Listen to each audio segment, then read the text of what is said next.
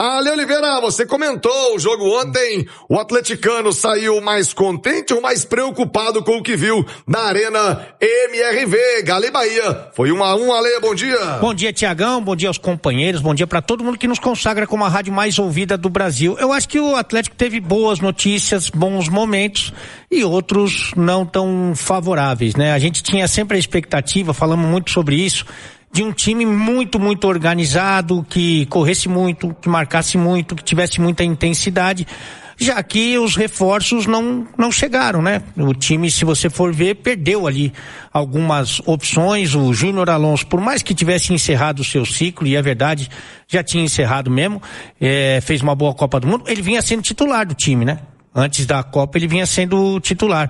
O Hulk também, que é um caso muito discutível, é um jogador de referência ali no ataque e acabou perdendo principalmente esses dois atletas e só trouxe o Léo Duarte, que ainda não está disponível porque está machucado. Para piorar, os jogadores que voltaram da Copa não foram relacionados, assim como o Gustavo Scarpa também não. Isso limitou muito o Eduardo Domingues, principalmente com relação às trocas, né?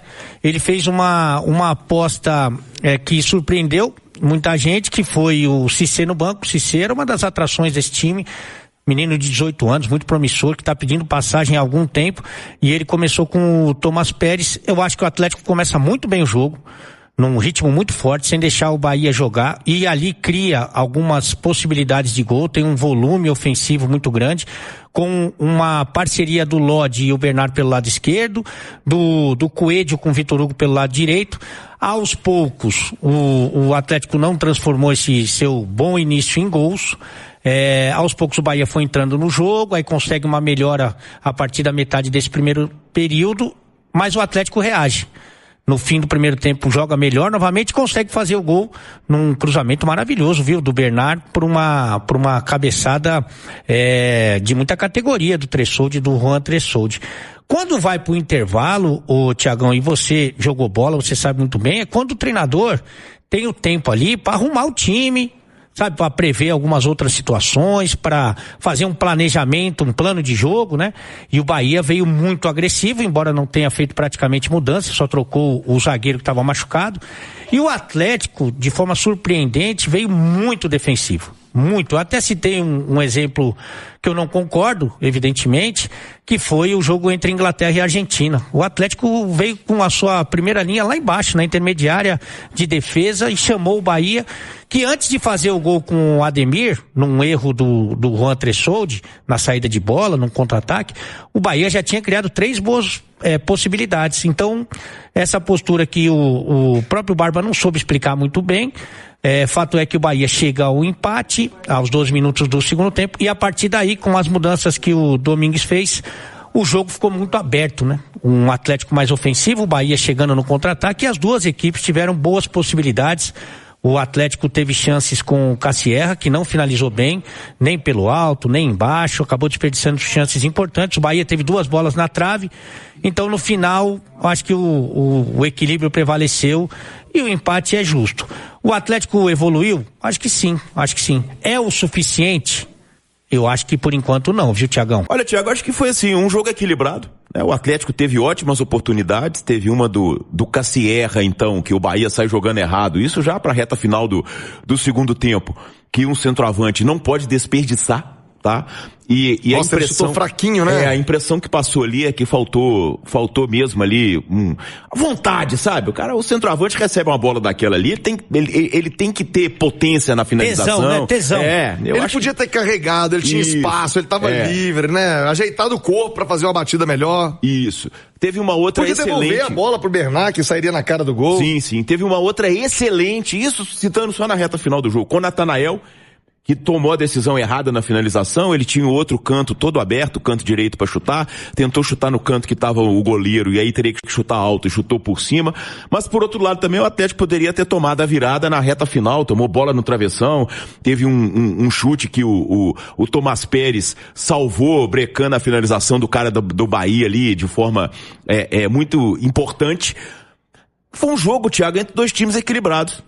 Entre 2 times que estão ali na 16ª colocação do Campeonato Brasileiro, entre 2 equipes parelhas, e entre duas equipes que tentam se reencontrar na temporada. A gente não pode esquecer que o Bahia vive uma temporada de muita pressão. As informações, né, e o Ale estava no estádio ontem, era de que se perdesse o Rogério Ceni poderia até ser demitido, né, pelo torcedor do Bahia tá pé da vida com o Rogério, né? Saiu de todas as Copas, né? O Bahia saiu da Copa do Nordeste, aliás, não jogou a Copa do Nordeste, porque foi jogar a Copa Libertadores, saiu na fase preliminar de Libertadores, não foi nem pra Sul-Americana, foi eliminado da Copa do Brasil pelo Remo, que tá na zona de rebaixamento do brasileiro, e vem tentando um movimento muito parecido com o do Atlético, que é um movimento de tentar se apostar numa intensidade de jogo, numa maneira mais coletiva de se jogar o futebol, para se tentar ter uma segunda metade de temporada diferente, entendeu? Melhor, mais eficiente. E eu acho que o que prova isso em relação ao Bahia é que os jogadores de qualidade técnica maior que o Bahia tem no meio de campo estavam no banco. Então eu acho que é um recado claro de que o futebol passa por um processo de transformação em que só a técnica não adianta. E é um processo parecido com o do Atlético. O Dudu estava no banco, entrou e não acrescentou nada, entendeu? O Alexander nem entrou. O Scarpa não foi, mas o Scarpa quando entrava também não acrescentava. E aconteceu com o Everton Ribeiro, o Jean Lucas nem entrou, o Caio Alexandre no último jogo contra a Chapecoense foi reserva, ontem nem veio, uma lesão muscular. Então quer dizer, foi um jogo parelho, um jogo equilibrado, o empate foi mais do que justo entre duas equipes que estão ali mais ou menos disputando o mesmo campeonato. Ale, você ouviu a entrevista toda ontem, estava na transmissão, o Barba no primeiro semestre e algumas vezes ele acabou se contradizendo, né? Uma hora não queria os jogadores, outra hora dizia que ia aproveitar todo mundo. O que você achou da fala do Barba? Tá mais consciente do que ele tem em mãos, entender um pouco mais do processo no Galo, Ale? Eu acho que ele tá em sintonia com a direção, eu não sei se ele tá em sintonia com o torcedor, né? Porque o que aconteceu no fim do semestre passado é que alguns jogadores foram escanteados pensando numa transferência, né? Em aliviar a folha salarial para trazer alguns jogadores que têm a característica que o treinador gosta. Tanto que o Dudu foi segurado ali porque já tinha 12 jogos e aí não foi negociado e ontem jogou o 13º, não pode se transferir para nenhum time da Série A do Campeonato Brasileiro. Então acho que ele está alinhado com a direção, né? Só que, por exemplo, ontem o Atlético jogando em casa, precisando evidentemente do resultado contra o Bahia, fez só 3 alterações, né? Então acho assim que o elenco não é grande, principalmente com a ausência dos equatorianos, que eu também questiono, viu, Tiagão? Tirando o Alan Franco, que está sempre disponível, que joga praticamente todos os jogos e que teve um problema e foi liberado. O Minda e o Preciado, eu acho que poderiam, ter se esforçado mais, ou enfim, ali em comunhão com a direção e comissão técnica, pelo menos ter ficado à disposição. O Palmeiras vai jogar hoje contra o Curitiba, os caras que estavam na Copa, eles vão jogar, meu amigo. Tirando o Flaco Lopes, que estava na final domingo, os caras vão jogar. Gustavo Gomes, o Maurício, o Arias, o Sousa, os caras vão jogar, sabe? Então é entender a necessidade e trabalhar em cima dela. Como, por exemplo, o Simões falou dos jogadores que estavam ali deixados de lado, né? Eu acho que o Dudu tem um potencial para ajudar muito esse time, se ganhar sequência, se ganhar confiança. Acho que inclusive ele entrou bem ontem. Eu acho que o Gustavo Scarpa, ele pode ajudar. Agora, desse jeito, com o cara tirando a direção, enfim, o clube, tirando os caras da relação nos jogos do fim do semestre passado e não tentando de alguma forma trazer eles de volta pro elenco, o elenco fica menor ainda. Então não vai contratar, então pelo menos tenta extrair o que tem de melhor dentro do grupo. Eu acho que isso ele não faz. E também ontem, para a primeira entrevista coletiva nessa volta do Brasileirão, achei ele bem desanimadão, viu? Achei ele bem assim, sabe, mais sem energia, muito diferente de quando ele chegou, por exemplo. Então, como era a primeira entrevista depois de 30 dias de trabalho, eu esperava mais força do treinador, que é uma característica do Eduardo Domingues. Eu não senti essa pegada nele não, viu? Não achei que o Atlético, viu, Altinho? Não achei que o Atlético fez uma desgraceira de jogo, mas não achei mesmo. Mas não achei mesmo, tá? Inclusive um primeiro tempo gostosinho até, bem organizadinho, defendendo bem.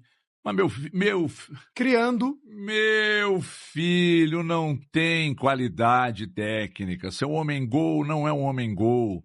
Não é um homem-gol. Seu homem-gol, pra você ter uma ideia, a coisa é tão grave que o treinador do Atlético, primeira coisa que ele falou na coletiva, que estamos buscando um centroavante.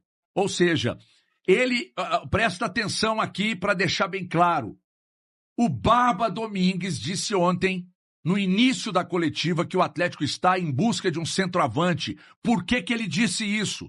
Porque ele detectou que o centroavante dele, que não é centroavante, segundo o próprio Jorge Sampaoli, não é o cara para resolver jogos.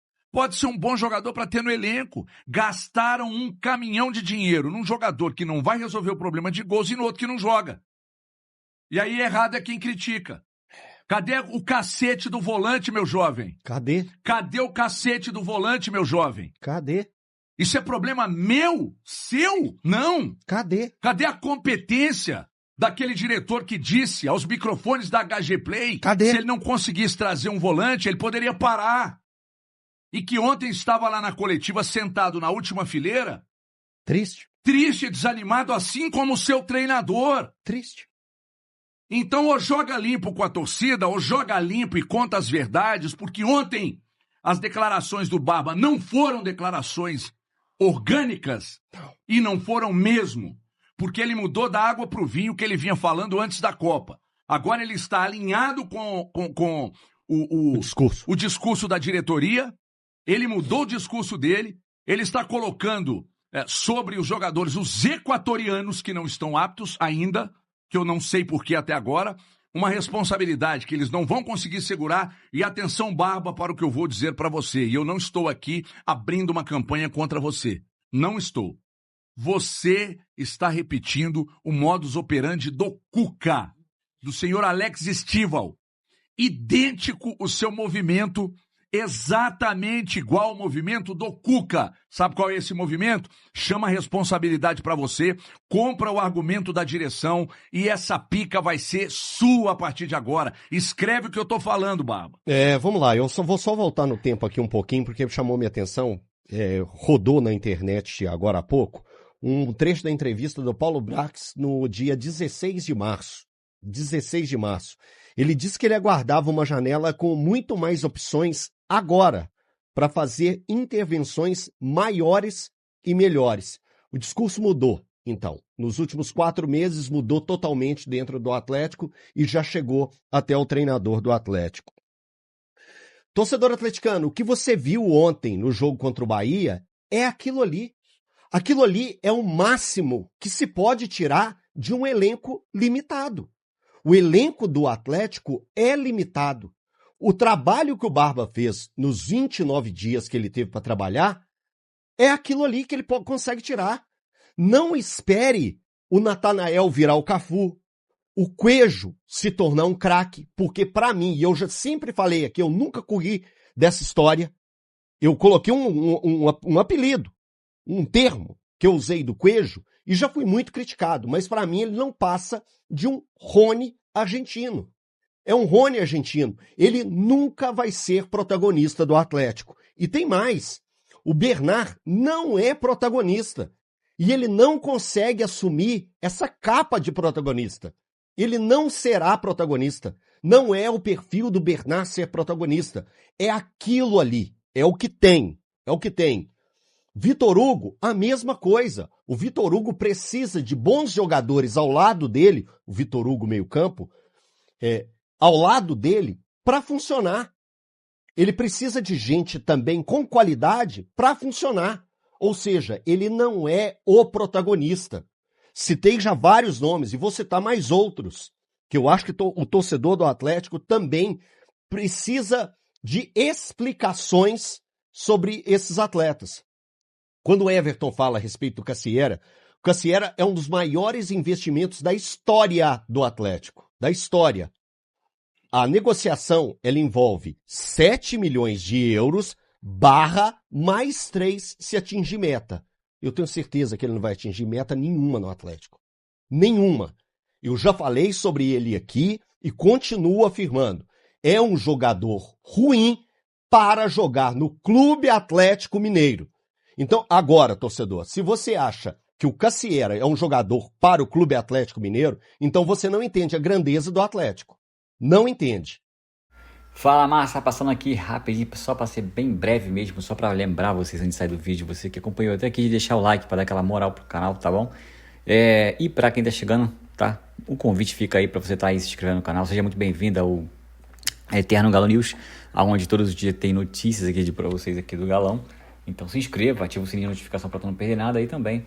Deixe o like, já pega o embalo para deixar o like aí, para dar aquela força pro canal continuar crescendo cada vez mais, tá bom? Fiquem à vontade também para estar deixando sua opinião em relação ao que foi falado, o que você concorda e não concorda com as análises aí dos analistas sobre o Atlético Mineiro. E também compartilhem, quem puder, esse vídeo com os amigos que também curtem o Galão aí, para estar ajudando no crescimento do canal, tá bom? Muito obrigado a todos pela preferência, muito obrigado, tamo junto e até o próximo vídeo. Valeu, massa!